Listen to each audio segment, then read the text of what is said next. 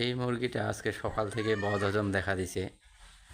নতুন ধান হয়েছে, নতুন ধান খেয়ে মানে মুরগি যখন পায় তখন তো শুধু খায় আর খায়।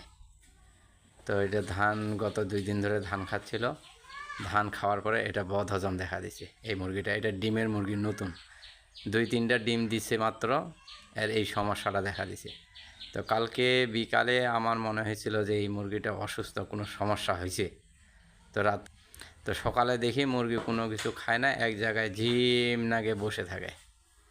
তো মুরগিটা ধরলাম, ধরে দেখলাম ওর ক্রপে হাত দিলাম, যেখানে খাবারগুলো জমা হয়ে থাকে।